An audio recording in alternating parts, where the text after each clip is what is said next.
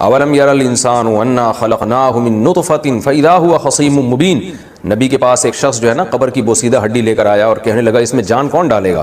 سورہ یاسین میں اللہ نے آخری رکوع نازل کیا کہ یہ انسان جو آپ کے پاس ہڈی لے کر آیا ہے یہ دیکھتا نہیں ہے ہم نے اس کو منی کے قطرے سے بنایا, اور آج یہ ہم پہ اعتراض کر رہا ہے کہ اس بوسیدہ ہڈی میں کون جان ڈالے گا.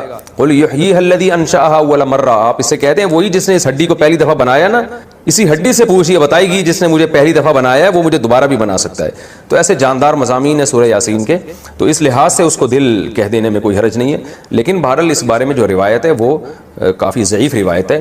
تو ہمارا طرز یہ ہے کہ جو صحیح احادیث ہیں جیسے عبداللہ ابن عباس رضی اللہ عنہ سے ایک اثر منقول ہے سورہ یاسین کی فضیلت میں, صبح و شام پڑھنا چاہیے سورہ یاسین کو. اس میں اللہ تعالیٰ نے واقعات بھی بیان کیے, اپنی قدرت کی باتیں بھی بیان کی, اور موت کے بعد دوبارہ زندگی پر جو اعتراضات ہوتے ہیں اس کو بھی اللہ نے بیان کی. قرآن الحم سے لے کے والناس تک ایک ہی بات سمجھاتا ہے, ہم آزاد نہیں ہیں, ہم کسی کے غلام ہیں. اچھا, اس دعوے میں جو سب سے بڑی رکاوٹ بنتی ہے نا, جو چیز اس بات کو سمجھنے میں, وہ یہ بنتی ہے کہ اگر کامیابی اس کا نام ہے کہ اللہ کی غلامی اختیار کی جائے, تو پھر وہ لوگ جو کافر ہیں, وہ غیر مسلم ہیں, وہ جو مانتے ہی نہیں اللہ کو, ان کی اتنی ترقی کیوں ہے؟ دیکھنے میں کامیاب کون لگتا ہے؟ وہ لوگ لگتے ہیں. قرآن ان مضامین کو بار بار دہراتا رہتا ہے. سورہ یاسین میں بھی اللہ نے دہرایا ہے کہ اس ظاہری ترقی سے, اس ظاہری چمک دھمک سے, اس ظاہری تعیش اور عیش پرستی سے دھوکہ مت کھاؤ. یہ دنیا امتحان گاہ ہے, ایگزامینیشن ہال ہے. ایگزامینیشن ہال میں رزلٹ اناؤنس نہیں ہوتا, رزلٹ کی اناؤنسمنٹ کے لیے اللہ نے آخرت کا دین رکھا ہے.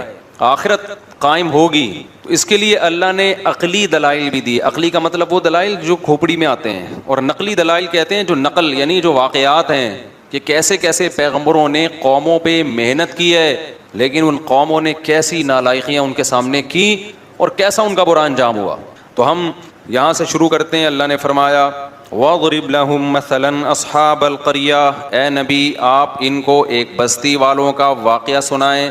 یہ حضرت عیسیٰ علیہ السلام کے دور کے قریب کی کوئی بستی ہے.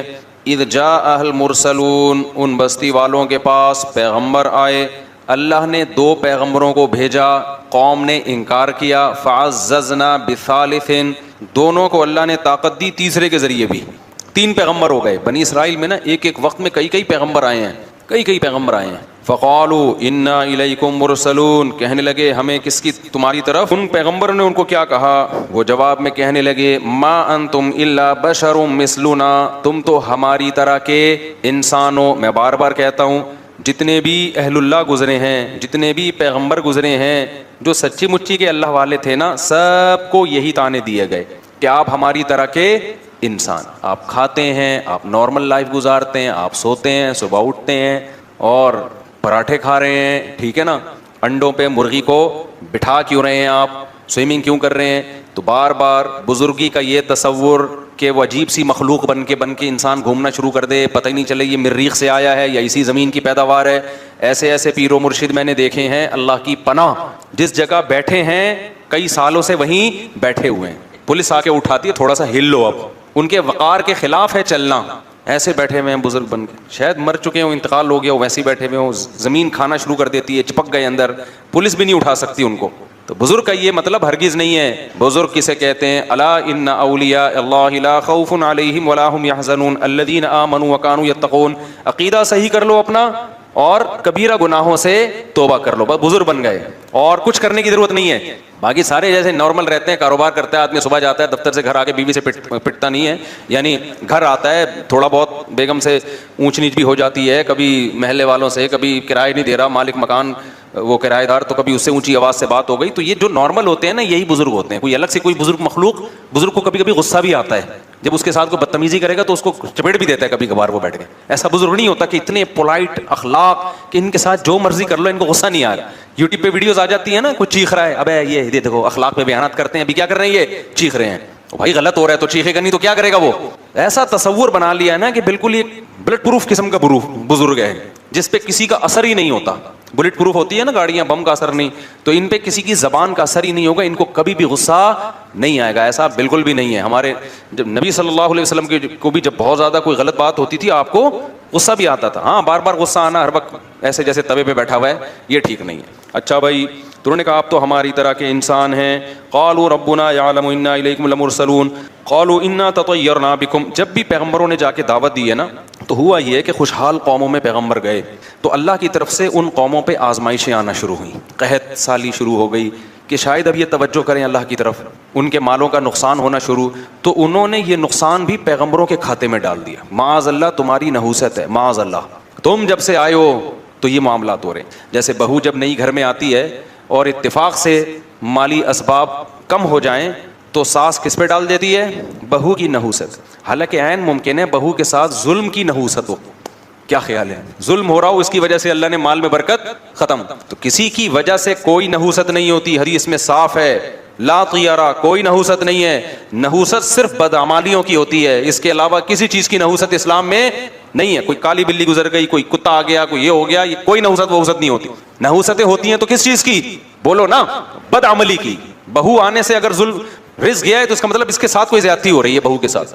ساس کے جاتے ہی ایک دم رزق کے دروازے کھل گئے تو ساس میں نہ ڈالو کہ اس کی وجہ سے نہیں کھل رہے تھے, یہ گئی ہے تو کھل گئے دروازے. نہ بھائی کوئی نیکی آپ نے کرنا شروع کر دی ہوگی, سمجھتے ہو, تو نہ ساس پہ ڈالو نہ بہو پہ ڈالو. یہ آج کل بہت ہو رہا ہے کہ اس کے آتے ہی یہ ہو گیا. بھائی وہ ویسے ہی ہو گیا تھا اتفاق سے, وہ اسی ٹائم پہ آ گئی.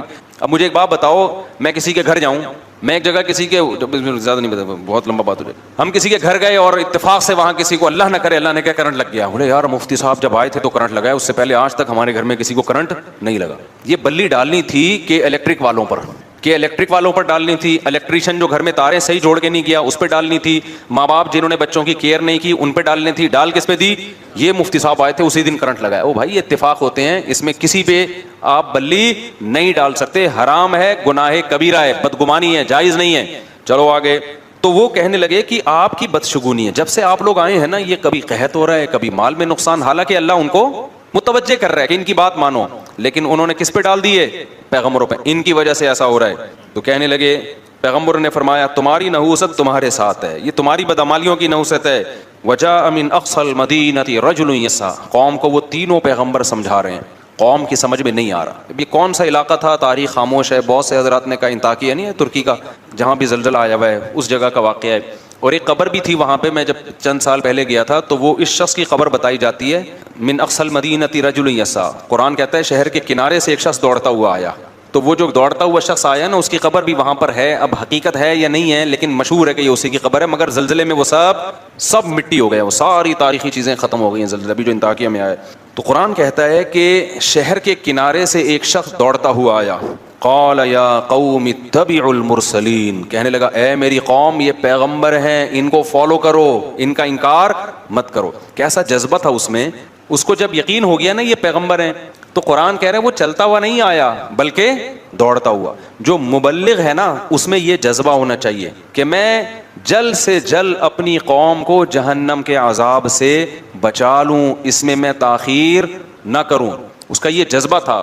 جو اسرائیلی روایات ہیں ان میں ہے, جس کے بارے میں حدیث میں آتا ہے کہ نہ ان کا انکار کرو نہ اقرار کرو, اور بیان کرنے میں کوئی حرج بھی نہیں ہے, نبی نے خود اجازت دی.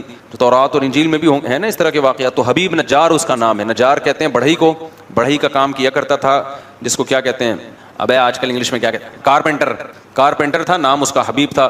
تو وہ دوڑتا ہوا آیا اور کہنے لگا اے میری قوم پیغمبروں کی اتباع کرو. اتبعوا من لا يسألكم اجرا وهم مهتدون. دیکھو ان کے اندر دو ایسی چیزیں ہیں جس سے پتہ چلتا ہے کہ یہ واقعی پیغمبر ہیں.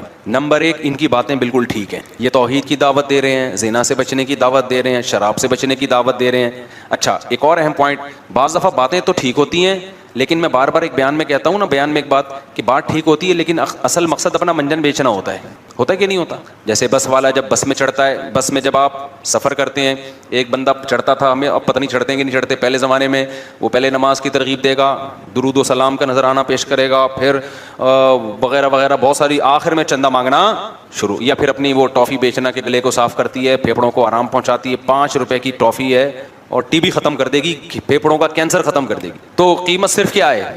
تو وہ لوگ بھی شروع میں وہ درود بھی پڑھ رہا ہوتا ہے, نماز روزے کی ترغیب بھی, باتیں ساری صحیح کر رہا ہے, لیکن مقصد کیا ہوتا ہے اس کا اپنا منجن. تو بعض دفعہ مذہب کا لیبل لگایا جاتا ہے, باتیں ساری صحیح ہوتی ہیں, لیکن پیچھے کیا ہوتا ہے آپ کا مفاد, ریاست چاہیے یا پیسہ چاہیے ہوتا ہے. تو کتنا عقل مند تھا وہ شخص جو بڑھئی کا کام کرتا تھا، لیکن اس نے کہا میری قوم یہ دو صفات ان میں ایسی ہیں جن سے صاف پتہ چلتا ہے کہ یہ سچے لوگ ہیں، یہ جھوٹے نہیں ہیں۔ نمبر ایک، یہ تم سے کوئی اجر کا مطالبہ نہیں کر رہے، اس دعوت میں ان کا دنیا کا کوئی فائدہ نہیں ہے بلکہ پوری قوم کی مخالفت۔ اس سے پہلے قرآن میں ہے کہ انہوں نے کہا کہ ہم آپ کو پتھروں سے مار کے ہلاک کر دیں گے، یہ دھمکیاں مل رہی تھیں ان پیغمبروں کو، رجم کریں گے۔ سمجھ رہے ہو کہ نہیں سمجھ رہے؟ یعنی ایسے ہی قتل نہیں کریں گے، زمین میں گاڑ کے پتھروں سے مار کے ہلاک کر دیں گے اگر دعوت سے پیچھے نہیں ہٹے، اور وہ پھر بھی اپنی دعوت سے پیچھے نہیں ہٹے۔ تو اس شخص نے کہا کہ دیکھو اتنی بڑی موت کی دھمکی، اور وہ دھمکی پر غالب بھی ہے کہ یہ عمل کریں گے کیونکہ قوم زیادہ ہے، یہ کتنے ہیں؟ یہ تو تھوڑے سے ہیں۔ اتنی بڑی دھمکی، نہ ان کا پیسوں کا مفاد، نہ ان کو عہدہ چاہیے، نہ ریاست چاہیے، اور وہم مہتدون، اور بات بھی ان کی کیا ہے؟ درست ہے، خود بھی پھر اس پر خود بھی عمل کر رہے ہیں۔ تو ایسے لوگوں کی اتباع کیوں نہیں کرتے؟ سمجھ میں آ رہی ہے کہ نہیں آ رہی ہے؟ آج کے حالات میں ان آیتوں کو اپنے اوپر منطبق کریں۔ علماء آپ سے کیا کہتے ہیں بھائی کہ نماز پڑھو اور ہمیں 50 روپے دیا کرو ہر نماز کے۔ کیا ہو گیا میرے بھائی؟ 50 روپے دیا کرو۔ علماء یہ کہتے ہیں کہ روزہ رکھو اور ہر مولوی کو ایک روزے کے 100 روپے۔ کوئی فائدہ ہے آپ کے روزہ رکھنے سے مولوی صاحب کو یا علماء کو؟ کوئی فائدہ ہے؟ تبلیغ والے کہتے ہیں سہ روزے کے لیے نکلو، تو کیا مطلب؟ جب نکلو گے تو گوشت سستا ہو جائے گا تبلیغ والوں کا، یہ ٹماٹر سستے ہو جائیں گے اس سے؟ کوئی اپنا کوئی کچھ، وہ کہتے ہیں اپنا پیسہ لگاؤ، ہم بھی اپنا پیسہ لگا کے ہی آئے ہیں آپ کے گھر میں دعوت دینے کے لیے۔ تو بھائی علماء کا کوئی فائدہ نہیں ہے۔ آپ شراب چھوڑ دو، آپ زنا چھوڑ دو، عورتیں پردہ کر لیں، آپ رمضان کے روزے رکھ لو، آپ حج فرض ہو جائے تو حج کر لو، آپ داڑھی رکھ لو، علماء کا اس میں کوئی فائدہ نہیں ہے، تو پھر کیوں فالو نہ کیا جائے؟ تو اس شخص نے آگے کہا وَمَا لِيَ لَا أَعْبُدُ الَّذِي فَطَرَنِي، مجھے کیا ہو گیا کہ میں اس خدا کی عبادت نہ کروں جس نے مجھے پیدا کیا۔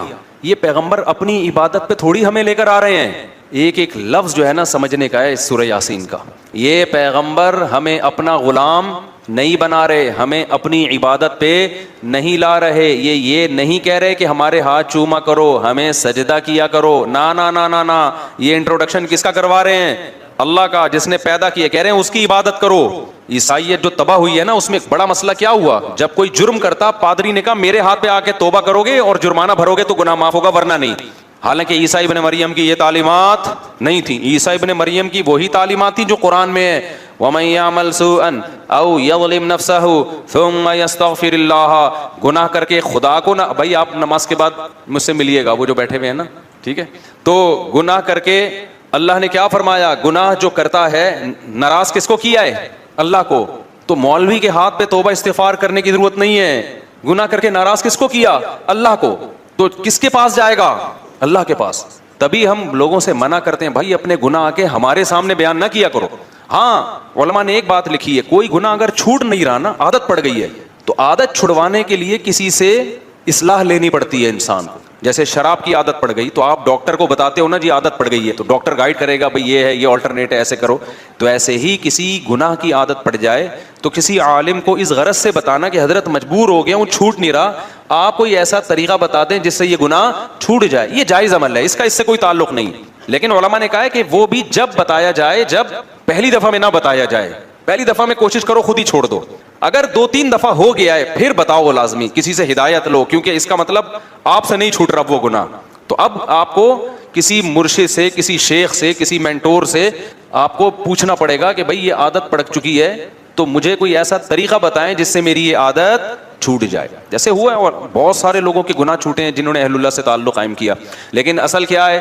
وَمَن يَعْمَلْ سُوءًا، قرآن کہہ رہے جو بھی گناہ کرے گا، ثُمَّ يَسْتَغْفِرِ اللَّهَ، پھر اللہ سے توبہ استغفار کرے، اے اللہ معاف کر دے، میں نے تجھے ناراض کیا، يَجِدِ اللَّهَ غَفُورًا رَحِيمًا، وہ اللہ کو غفور بھی پائے گا اور رحیم بھی۔ اس کے لیے کسی مذہبی رہنما کے پاس جانے کی ضرورت نہیں ہے، یہ بندہ اور اللہ کا بیچ میں کوئی واسطہ نہیں ہے، اللہ اور بندے کا معاملہ ہے۔ تو یہ تعلیم حضرت عیسیٰ کی بھی تھی، لیکن انہوں نے مذہبی رہنماؤں کو ایسا باپ بنا دیا نا کہ جی ان کے سامنے آ کے بھائی یہ کیا لگتا ہے کہ اس کے سامنے کیوں بتائیں؟ نافرمانی پادری کی تھوڑی ہوئی ہے، کس کی ہوئی ہے؟ خدا کی ہوئی ہے، تو آپ جانو خدا جانے، خدا کو بتاؤ جا کے۔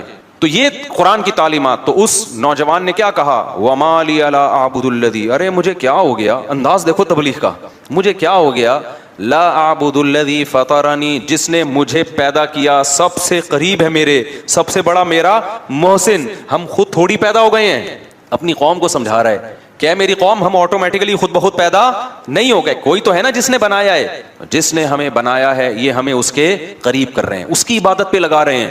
وَإِلَيْهِ تُرْجَعُونَ, اور ہم نے لوٹ کے بھی ادھر ہی جانا ہے. اینڈ ہمارا کیا ہوگا؟ یا تو اس دنیا میں ہمیشہ کے لیے آئے ہوتے, کبھی مرنا ہی نہ ہوتا, پھر جو مرضی کرتے, جانا بھی اینڈ میں کدھر ہے؟ خدا کو منہ دکھانا ہے, تو بچ کے جا کہاں سکتے ہیں؟ تو کتنی معقول بات کر رہے ہیں یہ پیغمبر, اس میں کون سی ایسی بات ہے جس کو غلط کہا جائے؟ دیکھو اس قوم کی کھوپڑی میں یہ باتیں نہیں آ رہی تھیں, آپ لوگ کی کھوپڑی میں تو آ رہی ہیں نا, کیا خیال ہے؟ تو پھر کر لو نا عمل میرے بھائی, برائی چھوڑ دو, توبہ کر لو اللہ سے, سارے لڑکیوں کے نمبر اپنے موبائل سے بلاک کر دو. وہ نہیں کریں گے, وہ نہیں کرے گا بھائی. تو ایسا دین اللہ کو کیا کرنا ہے بھائی, جب تم اپنی ساری خواہشات افطاری میں آ کے بیٹھ جاتے ہو پکوڑے کھانے کے لیے, تو پورے دین کو فالو کرنا پڑے گا. تو نکال دو اپنے موبائل سے, بلاک کر دو سب. صرف نکاح کا راستہ ہے آپ کے لیے, نکاح کے علاوہ کوئی اور راستہ اللہ نے حلال نہیں کیا, اس کا عذاب ہے, حساب دینا پڑے گا. یہ بھنگی اور چماروں کا کام ہے گرل فرینڈ رکھنا.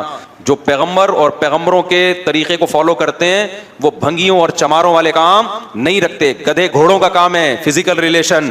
انسان پیغمبروں کا جو راستہ ہے وہ انسانوں کا راستہ ہے, وہ صرف فزیکل ریلیشن نہیں ہے, وہ اصل میں ریلیشن ہے جس کے بعد بہت سارے حقوق ایک دوسرے کے متبادل ہو جاتے ہیں. سمجھتے ہو کہ نہیں سمجھتے؟ آگے چلتے ہم. انی آمنت بربکم فاسمعون.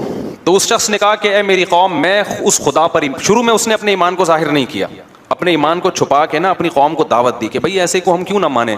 اس کے بعد جب قوم نے نہیں مانا تو اس نے صاف اعلان کر دیا, انی آمنت بربکم, دیکھو میں تمہارے رب پر ایمان لے آیا. اپنا رب نہیں کہہ رہا, کیا مطلب؟ تم بھی لے کر آؤ نا, وہ صرف میرا تھوڑی ہے, وہ تمہارا بھی ہے. فاسمعون, لہذا تم سن لو. قوم نے قتل کر دیا اس کو. ایسے موقع پہ کسی غیر مسلم کے لیے ایمان چھپانا جائز ہے جب اسے قتل کا خطرہ ہو, لیکن عزیمت کیا ہے, فضیلت کس میں ہے؟ نہ چھپائے اور شہید ہو جائے. کچھ گناہ ایسے ہیں کہ مجبوری میں وہ گناہ ہی نہیں رہتے, کچھ گناہ ایسے ہیں کہ مجبوری میں وہ جائز تو ہو جاتے ہیں لیکن افضل نہیں ہوتے. اب یہ فقہ میں نا, اصول فقہ جنہوں نے پڑھا ہوا ہوتا ہے وہ قرآن و سنت کی روشنی میں وہ سمجھتے ہیں کہ کون سے گناہ ایسے. آپ بھوک سے مر رہے ہو, خطرہ ہے کہ جان سے ہاتھ نہ دھو بیٹھو, اور آپ کے پاس حرام گوشت ہے, تو وہ حرام گوشت کھانا آپ کے لیے حلال ہے. نہیں کھاؤ گے مرو گے, خودکشی کا گناہ ہوگا. وہاں جان بچانا فرض ہے, سمجھتے ہو؟ کھانا فرض ہو جائے, صرف حلال نہیں ہوگا بلکہ کیا ہو جائے گا؟ فرض ہو جائے گا. آپ کی جیب میں پیسے ختم, بھوک سے بلک رہے ہو, پیسے ہی نہیں ہیں, مر رہے ہو, سامنے نظر آئی ایک تندور نظر آیا, روٹیاں گرم گرم, خوشبو سے کلابازیاں کھانا آپ نے شروع کر دی. اب آپ نے بیان سنا ہے چوری کرنا بہت بڑا جرم ہے, اور بالآخر آپ آہستہ آہستہ آپ کا انا للہ ہونے لگا بھوک سے, تو وہاں آپ پہ چوری کرنا فرض ہو جائے گا. ڈکیتیاں نہ کرنا شروع کرتے ہیں کہ کل سے بے روزگاری میں بندوقیں لے کے, ٹھیک ہے, اتنی چوری کہ جس سے موت سے بچ جائے. تو یہ صرف جائز نہیں ہو جائے گا چوری کرنا, بلکہ یہاں چوری کرنا آپ پر واجب ہو جائے گا. شریعت کہے گی بھائی تو جان بچا, اگر تیرے پاس پیسے نہیں ہیں کسی طرح جا تندور پہ کسی طرح لڑ کے روٹی لے کے کھا لے, جان بچ جائے گی. پھر کیا ہوگا جب بچ جائے گی؟ پھر کوشش کر اب اس کے پیسے کیسے ادا کرنے میں, معاف نہیں ہوں گے وہ پیسے. اس کو بول دے بھائی میں مر رہا تھا, میں نے کھا لیا, جو اکھاڑنا ہے اکھاڑ لے, ٹھیک ہے نا. باقی یہ کہ معاف کر دے تو اچھا ہے, نہیں تو پھر میں مزدوری کروں گا, جب پیسے ویسے ہوں گے تو میں نے ڈائری میں نوٹ کر لیا, یا میں نے دماغ میں نوٹ کر لیا کہ اتنے پیسے میں نے تجھے دینے, وہ پیسے اس کے اوپر واجب ہو جائیں گے. لیکن ایسے موقع پہ چوری کرنا کیا ہو جائے گا؟ فرض. لیکن رمضان کا روزہ اگر کوئی آپ سے کہتا ہے توڑ دو, بندوق رکھ دی, تو علماء نے فقہا بیان کرتے ہیں کہ توڑنا جائز تو ہے, لیکن اگر نہیں توڑو گے, ڈٹ جاؤ گے, تو شہادت کا ثواب ملے. سمجھتے ہو گے نہیں سمجھتے؟ اب یہ مسائل میں باریک فرق ہے, اسی کے لیے علم حاصل کیا جاتا ہے. جن کے پاس نالج نہیں ہوتی, پراپر وے میں علم حاصل نہیں کیا, وہ سب مسائل کو آپس میں کیا کر دیتے ہیں؟ گڑبڑ. اسی طرح یاد رکھو کہ اگر کسی نے آپ کو گن پوائنٹ پہ بولا کہ کافر بن جاؤ, کلمہ کفر زبان سے بولو میں ہندو ہوں, بولو میں عیسائی ہوں, اسلام چھوڑ دو, تو جان بچانے کے لیے اسلام چھوڑنا ایسے موقع پہ اوپر سے, دل سے نہیں, صرف زبان سے کلمہ کفر کہنا کیا ہو جائے گا؟ جائز. ایسے موقع پہ گناہ نہیں ملے گا. لیکن آپ اگر ڈٹ گئے, نہیں بھائی میں لا الہ الا اللہ کا قائل ہوں, میں اپنے آپ کو ہندو کسی قیمت پہ نہیں کہوں گا, میں عیسائی نہیں کہوں گا, میں توحید پرست مسلمان ہوں, جو اکھاڑنے اکھاڑ لے, اور اس نے مار دیا, تو خودکشی کا گناہ نہیں ہوگا بلکہ کیا ہوگا؟ بہت بڑی شہادت. اس کو کہتے ہیں عزیمت. عزیمت یہی ہے کہ ڈٹ جائے. تو اسی طرح کوئی ہندو مسلمان ہوتا ہے, عیسائی مسلمان ہوتا ہے, اس کو خطرہ ہے بہت زیادہ ماریں گے, قتل کر دیں گے, تو اس کے لیے جائز ہے کہ زبان سے اقرار نہ کرے, دل میں مسلمان ہو جائے. اللہ بخشیں گے قیامت کے دن, اس کو ایمان والوں میں شامل کریں گے. لیکن اگر وہ ڈر جاتا ہے کہ نہیں بھائی مجھے مار دو, میں شہادت کے لیے تیار ہوں, تو یہ بہت بڑی شہادت ہے, اس میں بہت بڑا اجر ملے گا, جیسے کہ اس کو ملا. یہ ڈٹ گیا. ڈٹنے سے فائدہ ہوتا ہے کہ موٹیویشن بہت ملتی ہے سامنے والے کو, یار ایسا مضبوط تو کچھ ہوگا نا, اس میں جان ہوگی اس مذہب میں, تبھی تو ڈٹ گیا ہے. تو وہ جو نجار تھا نا وہ بھی ڈٹ گیا. جب قوم پیغمبروں کو دھمکیاں دے رہی تھی ہم پتھروں سے مار کے ہلاک کریں گے, تو اس کو تو زیادہ دھمکیاں دیں گے, تو ہماری قوم کا آدمی ہے بھائی, تو ادھر کیسے چلا گیا؟ تو اس نے کہا انی آمنت بربکم فاسمعون, میں رب پہ ایمان لے آیا ہوں. جیسے حضرت عمر ڈٹ گئے تھے نا نبی کے دور میں, جب مکہ میں لوگ مسلمان ہو رہے تھے تو چھپ کے مسلمان ہوتے تھے کیونکہ بہت زیادہ خطرات تھے, بہت ظلم ہوتا تھا جو مسلمان ہو جاتے. حضرت عمر جب مسلمان ہوئے نا تو مسجد حرام میں جا کے اعلان کر دیا کہ میں کیا ہو گیا ہوں, مسلمان ہو گیا ہوں, ایسی کی تیسی, جو اکھاڑنا ہے آ کے اکھاڑ. بلکہ بولا کہ جس کو اپنی بیوی کو بیوہ کروانا ہے تشریف لا سکتا ہے وہ, یعنی الٹا ان کو دھمکیاں دینا شروع کر دی. جس کو اپنے بچے یتیم کروانے کا شوق ہے مارکیٹ میں آ جائے, میں ہو گیا ہوں مسلمان, آ جائے, ٹھیک ہے نا. اور جس کو شوق ہے کہ بیوی بیوہ ہو جائے تو وہ بھی مجھے آ کے روک سکتا ہے. ہم یہی نماز پڑھے گا, تو یہ طاقت تھی. تبھی تو نبی نے دعا مانگی تھی, اے اللہ ابو جہل کے ذریعے اسلام کو طاقت دے یا عمر بن خطاب کے ذریعے. اللہ کو عمر بن خطاب پسند تھے تو اللہ نے کس کے ذریعے طاقت دے دی؟ عمر بن خطاب. اور ایسی پھر حکومت قائم کی ہے 22 لاکھ مربع میل پر. حضرت عمر کے دور میں کوئی سیاسی اختلاف بھی نہیں ہوا ہے, خاندانی حکومت ہوئی ہے. کس کے دور میں؟ عمر کے دور میں. کوئی سر اٹھا کے اور حضرت عمر کس قدر اللہ کا خوف تھا. دیکھو بیماری میں جب شہادت کا وقت تھا نا, اس وقت ایک نوجوان عیادت کے لیے آیا, اس کا ازار ٹخنوں سے نیچے تھا, جانے لگا تو حضرت عمر نے اس وقت بلایا, بولے اس ازار کو کیا کرو, اوپر کرو. اس وقت بھی نہیں علی المنکر چھوڑا نہیں ہے کہ جو موقع ملا تبلیغ کا وہ کر دو. تو یہ لوگ تھے جو اللہ کی رضا میں فنا ہو چکے تھے. چلو ہم آگے چلتے ہیں. تو اس نے کہا بھائی انی آمنت بربکم فاسمعون, میں ایمان لے آیا. آگے قرآن کی بلاغت ہے, قیل ادخل الجنہ, اللہ کہتے ہیں ہم نے کہا داخل ہو جا جنت. حالانکہ قرآن کو یوں بیان کرنا چاہیے تھا کہ وہ ایمان لے آیا, لوگوں نے پکڑا, اس کو دھمکیاں دیں, اس نے کہا نہیں میں اپنے دین پہ قائم رہوں گا. لوگوں نے قتل کر دیا, جب قتل کر دیا تو اس کو قبر میں رکھا گیا. پھر جب قبر میں رکھا گیا تو حساب و کتاب ہوا, پھر حساب و کتاب میں پاس ہو گیا. جب پاس ہو گیا تو اللہ نے کہا چل اس قبر کو ہم تیرے لیے کیا بنا دیتے ہیں, جنت, اور جنت میں داخل ہو جا. سمجھ میں آ رہی ہے بات؟ قرآن سارے واقعات کو بیچ میں کیا کرتا ہے, حذف کر دی قرآن نے سارے واقعات. کیوں؟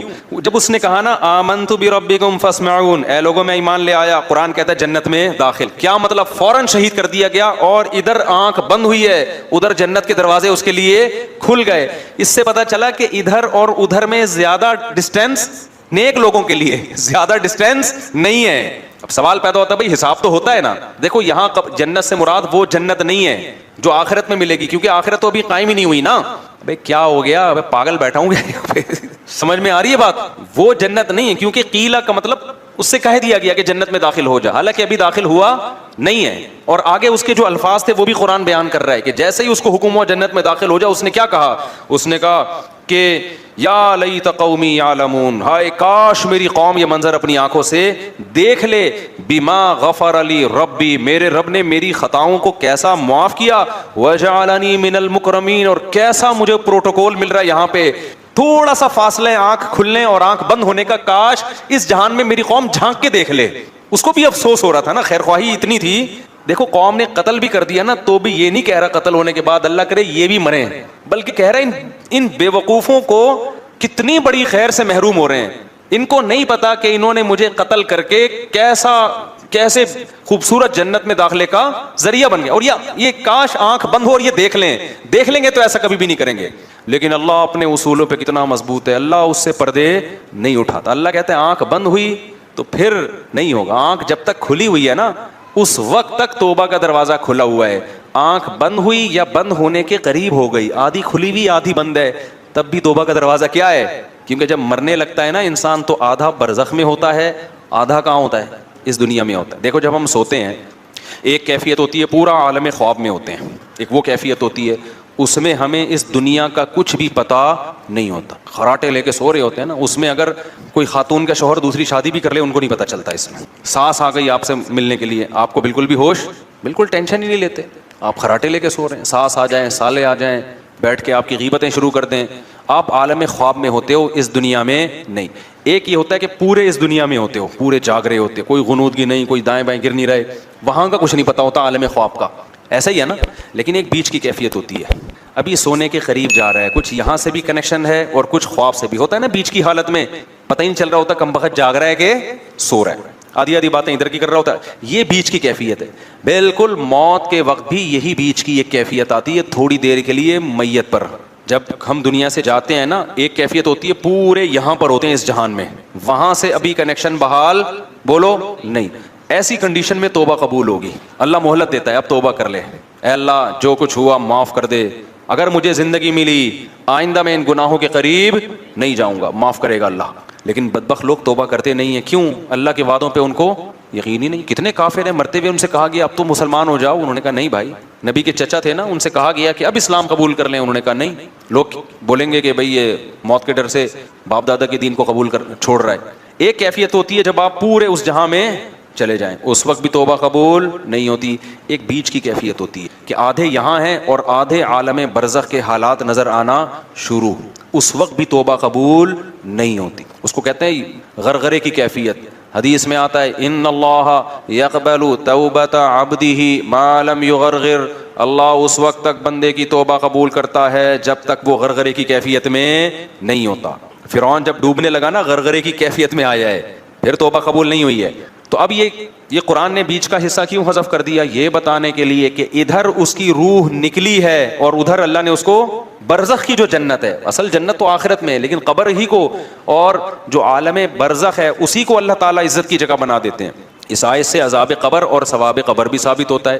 بہت سے لوگ کہتے ہیں موت کے بعد کچھ بھی نہیں ہے، وہ تو آخرت میں ہی ہوگا. نا نا نا نا نا، نیک لوگوں کا اکرام موت کے فوراً بعد شروع ہو جاتا ہے. اور ایسا معلوم ہوتا ہے کہ اس کی کو جو اللہ نے عزت دی وہ قبر میں جانے سے پہلے دی ہے، ورنہ تو قبر میں فرشتے آتے ہیں نا، سوال پوچھتے ہیں. تو اس کو اللہ نے، یا ہو سکتا ہے یہ ہر شہید کے ساتھ ہو، احادیث سے پتہ چلتا ہے کہ ہر شہید کے ساتھ ایسا ہوتا ہے کہ قبر میں جانے کا انتظار نہیں کیا جاتا اس کے لیے. ادھر شہید کے خون کا قطرہ زمین پہ گرا، ادھر اس کی روح نکلی اور ادھر اس کا اعزاز و اکرام شروع ہو جاتا ہے. اور عام نیک لوگوں کے بارے میں بھی ہے کہ ٹھیک ہے حساب و کتاب تو قبر میں ہوگا، لیکن اللہ کو چونکہ پتہ ہے کہ یہ نیک بندہ ہے، تو جو موت کے وقت فرشتے آتے ہیں نا اس کی روح قبض کرنے کے لیے، وہ فرشتے ہی بڑے مبارک فرشتے ہوتے ہیں. اور اس وقت انسان کو اندازہ ہو جاتا ہے کہ میرا ٹھکانہ جنت ہے یا جہنم. سورہ واقعہ میں بھی اللہ نے اس مضمون کو بیان کیا، سورہ نازعات میں بھی. جو روح قبض کرنے کے لیے فرشتے آتے ہیں نا، اگر وہ اکرام والے فرشتے ہیں تو سمجھ جاؤ کہ کہاں جا رہا ہے یہ اچھا ٹھکانہ. اور اگر وہ فرشتے ہی ایک جلاد بن کے آئے ہیں، ان کی شکلیں خوفناک ہیں، تو یہ خود اس کی علامت ہوتی ہے کہ اس کا ٹھکانہ اچھا نہیں ہے. تو قرآن کہتا ہے قال یا لیت قومی یعلمون، وہ شخص کہنے لگا ہائے کاش میری قوم کو پتہ چل جائے. ادھر توجہ رکھیں، ہائے کاش میری قوم کو پتہ چل جائے. بما غفر لی ربی وجعلنی من المکرمین، کہ میرے رب نے میری خطاؤں کو بھی معاف کر دیا اور مجھے کیسا عزت دار لوگوں میں شامل. کیا مطلب؟ یہاں آ کے ایک پورا ایک لوگ ہیں، روحیں ہیں جو سب مکرمین میں ہیں، جتنے اچھے لوگ، اللہ نے مجھے بھی انہی میں کر دیا ہے. تو وہ ترس کھا رہا ہے اور قوم کیا سمجھ رہی ہے؟ ہم نے کیا کر دیا؟ بندہ مار دیا. آپ نے مار کے اس پر ظلم نہیں کیا. کس پہ ظلم کیا ہے؟ اپنی جان پہ ظلم کیا ہے آپ نے. تو قرآن کہتا ہے وما انزلنا على قومه من بعده من جند من السماء وما كنا منزلين. جب اس کو شہید کیا نا قوم نے، تو اللہ کہتے ہیں ہم نے اس قوم پر تباہ کرنے کے لیے آسمان سے کوئی بڑے بڑے لشکر نہیں بھیجے، نہ ہمارا لشکروں کو بھیجنے کا ارادہ تھا. ان كانت الا صيحة واحدة، فرشتے نے ایک زوردار چیخ ماری ہے. فاذا هم خامدون، اچانک وہ بجھ گئے. بجھتا کون ہے؟ انسان بجھتا ہے یا آگ بجھتی ہے؟ بولو آگ. انسان تو نہیں بجھتے. ان کے لیے تو یہ لفظ ہونا چاہیے تھا کہ سارے مر گئے، لیکن اللہ کیا کہہ رہے ہیں؟ اچانک سارے بجھ گئے. یہ بلاغت ہے. آگ پہلے بڑے شعلے مار رہی ہوتی ہے، ایسا لگتا ہے کہ تباہ کر دے گی سب کو.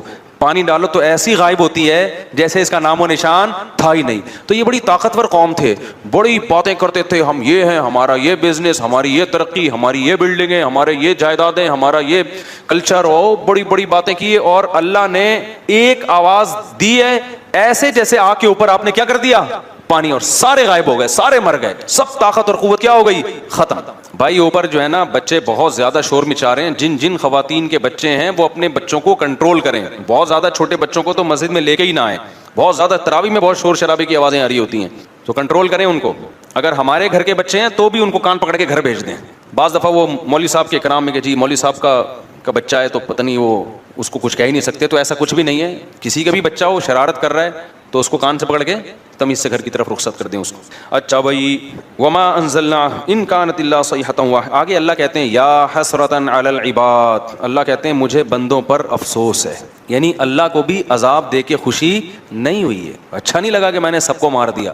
اللہ کہتے ہیں مجھے کیا ہے افسوس ہے بندوں پر, ما یاتیہم من رسول, جب بھی ان بندوں کے پاس میرا کوئی پیغمبر آیا, کانوا بہ یستہزئون, انہوں نے بھی ٹھانی ہوئی ہے کہ ہمیشہ ان پیغمبروں کا مذاق اڑانا ہے. آج یہ ٹھانی ہوئی ہے کہ جب بھی کوئی دین کی دعوت کا کام کرے گا تو ایک لبرل طبقہ ایسا ہے کہ اس نے مولویوں کا مذاق ہی اڑانا ہے, اس نے کیا کرنا ہے, مذاق ہی اڑانا ہے. تو یہ وہی چیز ہے, انبیاء علماء انبیاء کے وارث ہوتے ہیں, اب انبیاء نہیں ہیں تو ان کے وارث کون ہیں؟ تو یہ اس کا خوب خیال کیا کرو کہ جو لوگ علماء کا مذاق اڑاتے ہیں آہستہ آہستہ ایمان سے دور, کیونکہ دین تو وہیں سے سیکھا جاتا ہے نا, نتیجہ کیا نکلتا ہے. پھر میں بار بار بتاتا ہوں کہ سارے ایک جیسے نہیں ہوتے. اگر آپ کہتے ہو فلاں 2 نمبر نکلا, فلاں 2 نمبر نکلا, تو بھائی وہ 2 نمبر ہے نا, کسی 2 نمبر کی وجہ سے سب کو کہنا کہ سارے کیا ہوتے ہیں. جیسے جھوٹے نبی بھی تو آئے ہیں نا, آپ کو دلائل سے پتہ چل گیا یہ جھوٹا نبی ہے, یہ جھوٹ بول رہا ہے, معاذ اللہ آپ نے سارے پیغمبروں کو برا بھلا کہنا شروع کر دیا کہ جس نے بھی نبوت کا دعویٰ کیا سب کیا ہے, معاذ اللہ نقل کفر 2 نمبر ہیں. تو یہ تو خدا کے غضب کو دعوت دو گے نا آپ یہی بولو گے بھائی یہ کیا ہے, یہ 2 نمبر ہے, یہ جھوٹا نبی ہے. تو اسی طرح کوئی جتنے بھی علماء دنیا میں پائے جاتے ہیں, کہیں آپ نے 2 نمبر مولوی دیکھ لیے تو اب یہ کہنا کہ مولوی کیا ہوتے ہیں 2 نمبر, یہ بڑا خطرناک جملہ ہے, بڑا خطرناک جملہ ہے. تو کیونکہ علماء انبیاء کے وارث ہوتے ہیں. آگے اللہ تعالیٰ فرماتے ہیں وآیۃ لہم الارض المیتہ, اللہ فرماتے ہیں کہ پیغمبروں کو ہم جب بھیجتے ہیں تم پیغمبروں کا مذاق اڑاتے ہو, حالانکہ ہمیں اپنی توحید, اپنی قدرت, اپنے وجود کو ثابت کرنے کے لیے پیغمبر کو بھیجنے کی ضرورت نہیں ہے. اسی زمین میں اتنی نشانیاں ہیں جنہیں دیکھ کے تمہیں خدا کے وجود پر یقین آ جانا چاہیے. وہ 1-2 آیتیں پڑھ کے بس بیان ختم کرتا ہوں. وہ کہتے ہیں, اللہ تعالیٰ کہتے ہیں اس زمین کو دیکھو, یہ مردہ پڑی ہوتی ہے, کوئی کھیتی نہیں ہے اس میں, گوبر مٹی پانی یہی ہوتا ہے نا. اس وقت سائنسدان کیوں نہیں بولتے اس میں خربوزے اگیں گے, اس میں تربوز اگیں گے, اس میں, وہ تو اپنی آنکھوں سے دیکھ رہے ہیں تو کہہ رہے ہیں نا. اب تو دیکھ لیا نا کہ بھائی آم کے بیج سے کیا پیدا ہوتا ہے, آم, دیکھا نہ ہوتا نا پھر سائنسدانوں کے حوالے یہ چیزیں کرتے, کہتے بھائی یہ کچھ بھی نہیں ہوگا, کچھ بھی نہیں ہوگا یہ. لیکن اللہ کہتے ہیں احییناہا, ہم اس زمین کو زندہ کر دیتے ہیں, تم اس میں ایک بیج ڈالتے ہو, اس بیج سے تناور درخت, اس درخت میں پھر پھول, پھر ان پھول پہ مکھیاں بیٹھتی ہیں, نر مادہ پھولوں کا ملاپ ہوتا ہے, پھر اس میں کچا سا پھل پیدا ہوتا ہے, پھر وہ پھل بڑا ہوتا ہے, پھر اس پھل کو کاٹتے ہو, وہی گٹلی اس کے اندر ہوتی ہے جو تم نے زمین میں دفن کی ہوتی ہے. یہ فائدہ نہیں ہے تو پھر کیوں فالو نہ کیا جائے. تو شخص نے آگے کہا وما لی لا اعبد الذی فطرنی, مجھے کیا ہو گیا کہ میں اس خدا کی عبادت نہ کروں جس نے مجھے پیدا کیا. یہ پیغمبر اپنی عبادت پہ تھوڑی ہمیں لے کر آ رہے ہیں, ایک ایک لفظ جو ہے نا سمجھنے کا ہے سورہ یاسین کا. یہ پیغمبر ہمیں اپنا غلام نہیں بنا رہے, ہمیں اپنی عبادت پہ نہیں لا رہے. یہ نہیں کہہ رہے کہ ہمارے ہاتھ چوما کرو, ہمیں سجدہ کیا کرو, نا نا نا نا نا. یہ انٹروڈکشن کس کا کروا رہے ہیں, اللہ کا, جس نے پیدا کیا. کہہ رہے ہیں اس کی عبادت کرو. عیسائیت جو تباہ ہوئی ہے نا اس میں ایک بڑا مسئلہ کیا ہوا, جب کوئی جرم کرتا پادری نے کہا میرے ہاتھ پہ آ کے توبہ کرو گے اور جرمانہ بھرو گے تو گناہ معاف ہوگا ورنہ نہیں.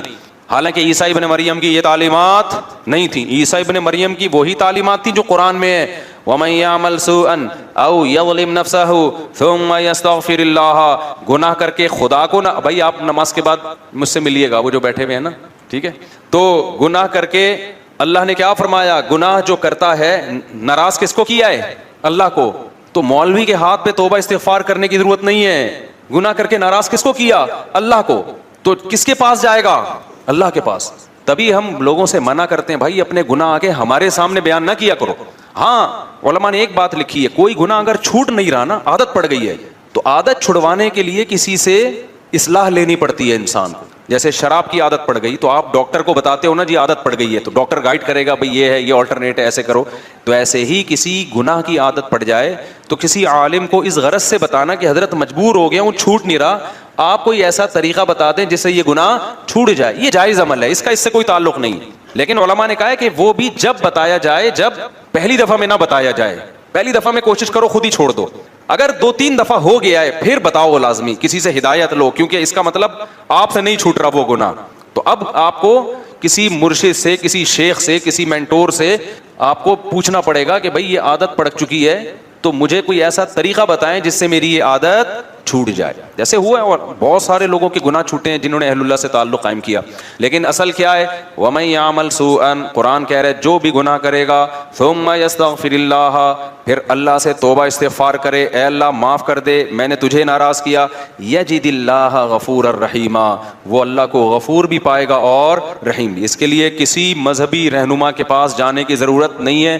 یہ بندہ اور اللہ کا بیچ میں کوئی واسطہ نہیں ہے، اللہ اور بندے کا معاملہ ہے. تو یہ تعلیم حضرت عیسیٰ کی بھی تھی، لیکن انہوں نے مذہبی رہنماؤں کو ایسا باپ بنا دیا نا کہ جی ان کے سامنے آ کے بھائی یہ کیا لگتا ہے کہ اس کے سامنے کیوں بتائیں؟ نافرمانی پادری کی تھوڑی ہوئی ہے، کس کی ہوئی ہے؟ خدا کی ہوئی ہے. تو آپ جانو، خدا جانے، خدا کو بتاؤ جا کے. تو یہ قرآن کی تعلیمات. تو اس نوجوان نے کیا کہا؟ وَمَا لِيَ لَا أَعْبُدُ الَّذِي، ارے مجھے کیا ہو گیا، انداز دیکھو تبلیغ کا، مجھے کیا ہو گیا، لا اعبد الذی فطرنی، جس نے مجھے پیدا کیا، سب سے قریب ہے میرے، سب سے بڑا میرا محسن. ہم خود تھوڑی پیدا ہو گئے ہیں. اپنی قوم کو سمجھا رہا ہے کیا میری قوم ہم آٹومیٹکلی خود بخود پیدا نہیں ہو گئے، کوئی تو ہے نا جس نے بنایا ہے. جس نے ہمیں بنایا ہے یہ ہمیں اس کے قریب کر رہے ہیں، اس کی عبادت پہ لگا رہے ہیں. وَإِلَيْهِ تُرْجَعُونَ، اور ہم نے لوٹ کے بھی ادھر ہی جانا ہے. اینڈ ہمارا کیا ہوگا؟ یا تو اس دنیا میں ہمیشہ کے لیے آئے ہوتے، کبھی مرنا ہی نہ ہوتا، پھر جو مرضی کرتے. جانا بھی اینڈ میں کدھر ہے؟ خدا کو منہ دکھانا ہے. تو بچے جا کہاں سکتے ہیں؟ تو کتنی معقول بات کر رہے ہیں یہ پیغمبر. اس میں کون سی ایسی بات ہے جس کو غلط کہا جائے؟ دیکھو اس قوم کی کھوپڑی میں یہ باتیں نہیں آ رہی تھیں، آپ لوگ کی کھوپڑی میں تو آ رہی ہیں نا. کیا خیال ہے؟ تو پھر کر لو نا عمل میرے بھائی، برائی چھوڑ دو، توبہ کر لو اللہ سے. سارے لڑکیوں کے نمبر اپنے موبائل سے بلاک کر دو.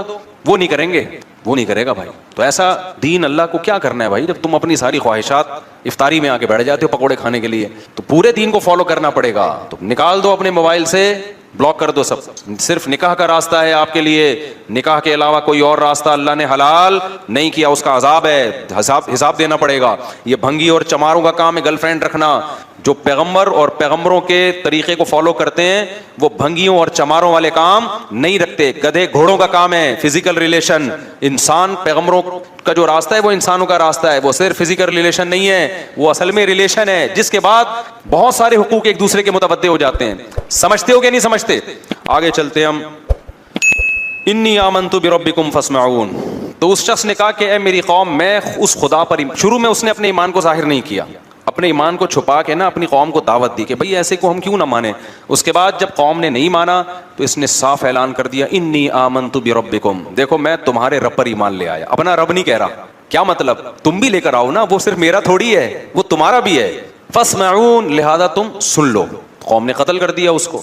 ایسے موقع پہ کسی غیر مسلم کے لیے ایمان چھپانا جائز ہے جب اسے قتل کا خطرہ ہو. لیکن عظیمت کیا ہے، فضیلت کس میں ہے؟ نہ چھپائے اور شہید ہو جائے.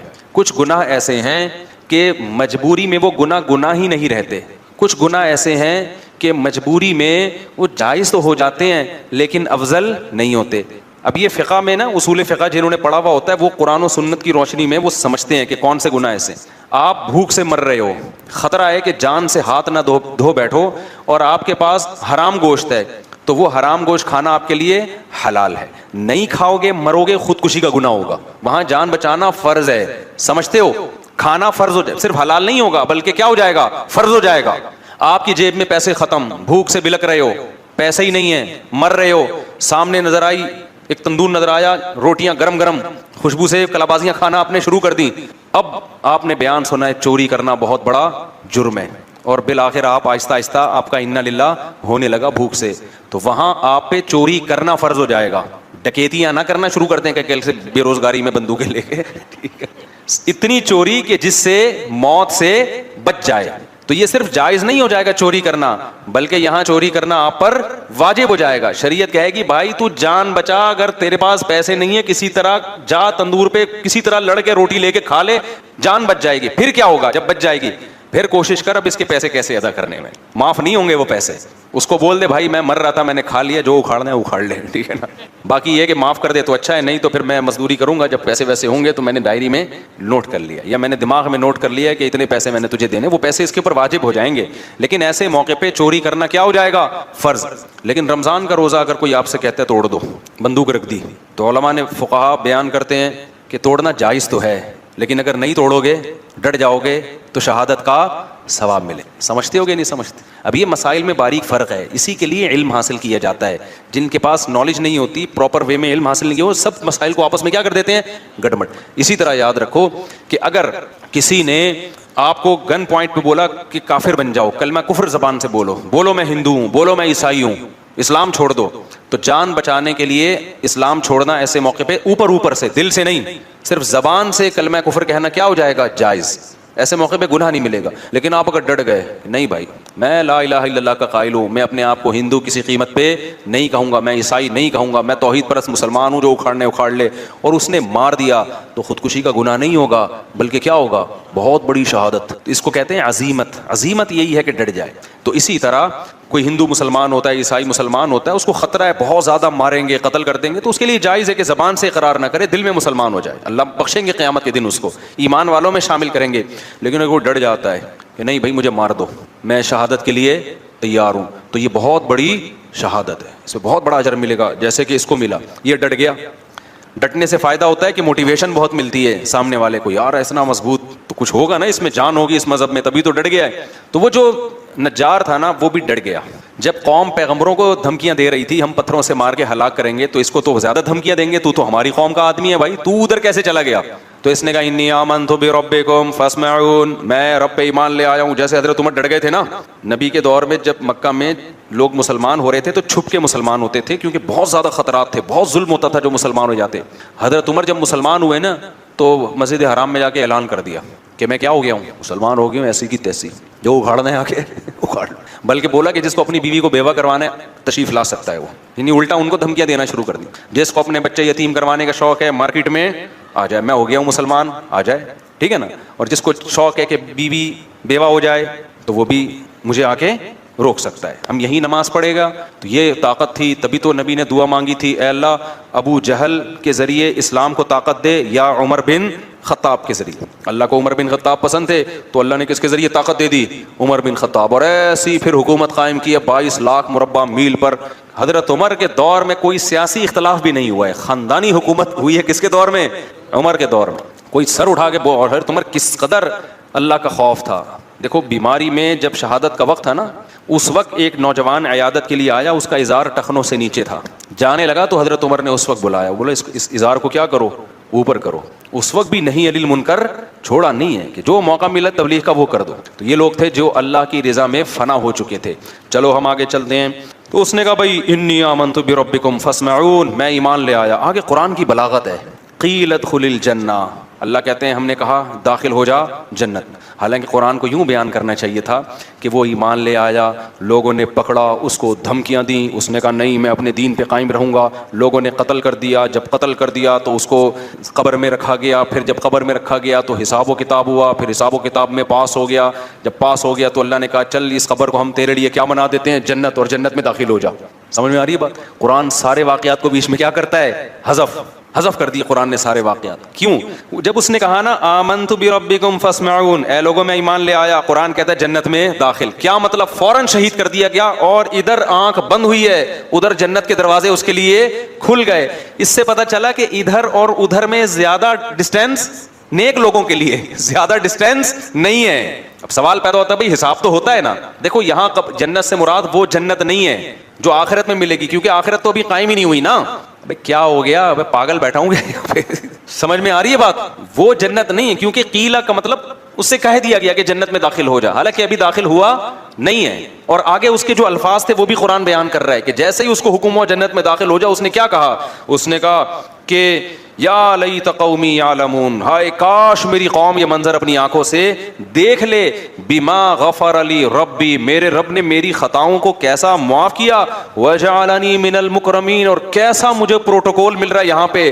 تھوڑا سا فاصلہ ہے آنکھ کھلنے اور آنکھ بند ہونے کا, کاش اس جہان میں میری قوم جھانک کے دیکھ لے. اس کو بھی افسوس ہو رہا تھا نا, خیر خواہی اتنی تھی. دیکھو قوم نے قتل بھی کر دیا نا, تو بھی یہ نہیں کہہ رہا قتل ہونے کے بعد اللہ کرے یہ بھی مرے, بلکہ کہہ رہا ہے ان بے وقوفوں کو کتنی بڑی خیر سے محروم ہو رہے ہیں. ان کو نہیں پتا کہ انہوں نے مجھے قتل کر کے کیسا کیسے خوبصورت جنت میں داخلے کا ذریعہ بن گیا. اور یہ کاش آنکھ بند ہو اور یہ دیکھ لیں گے تو ایسا کبھی بھی نہیں کریں گے. لیکن اللہ اپنے اصولوں پہ کتنا مضبوط ہے, اللہ اس سے پردے نہیں اٹھاتا. اللہ کہتے ہیں آنکھ بند ہوئی تو پھر نہیں ہوگا. آنکھ جب تک کھلی ہوئی ہے نا اس وقت تک توبہ کا دروازہ کھلا ہوا ہے. آنکھ بند ہوئی یا بند ہونے کے قریب ہو گئی, آدھی کھلی ہوئی آدھی بند ہے, تب بھی توبہ کا دروازہ کیا ہے. کیونکہ جب مرنے لگتا ہے نا انسان تو آدھا برزخ میں ہوتا ہے, آدھا کہاں ہوتا ہے, اس دنیا میں ہوتا ہے. دیکھو جب ہم سوتے ہیں ایک کیفیت ہوتی ہے پورا عالم خواب میں ہوتے ہیں, ایک وہ کیفیت ہوتی ہے اس میں ہمیں اس دنیا کا کچھ بھی پتا نہیں ہوتا. خراٹے لے کے سو رہے ہوتے ہیں نا, اس میں اگر کوئی خاتون کا شوہر دوسری شادی بھی کر لے ان کو نہیں پتا چلتا. اس میں سانس آ گئی آپ سے ملنے کے لیے, آپ کو بالکل بھی ہوش, بالکل ٹینشن ہی نہیں لیتے, آپ خراٹے لے کے سو رہے ہیں. سانس آ جائیں, سالے آ جائیں, بیٹھ کے آپ کی غیبتیں شروع کر دیں, آپ عالم خواب میں ہوتے ہو, اس دنیا میں نہیں. ایک یہ ہوتا ہے کہ پورے اس دنیا میں ہوتے ہو, پورے جاگ رہے ہوتے, کوئی غنودگی نہیں, کوئی دائیں بائیں گر نہیں رہے, وہاں کا کچھ نہیں پتا ہوتا عالم خواب کا. ایسا ہی ہے نا.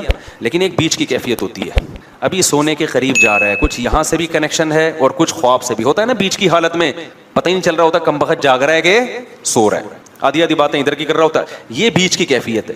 بالکل موت کے وقت بھی یہی بیچ کی ایک کیفیت آتی ہے تھوڑی دیر کے لیے میت پر. جب ہم دنیا سے جاتے ہیں نا ایک کیفیت ہوتی ہے پورے یہاں پر ہوتے ہیں اس جہان میں, وہاں سے ابھی کنیکشن بحال بولو نہیں.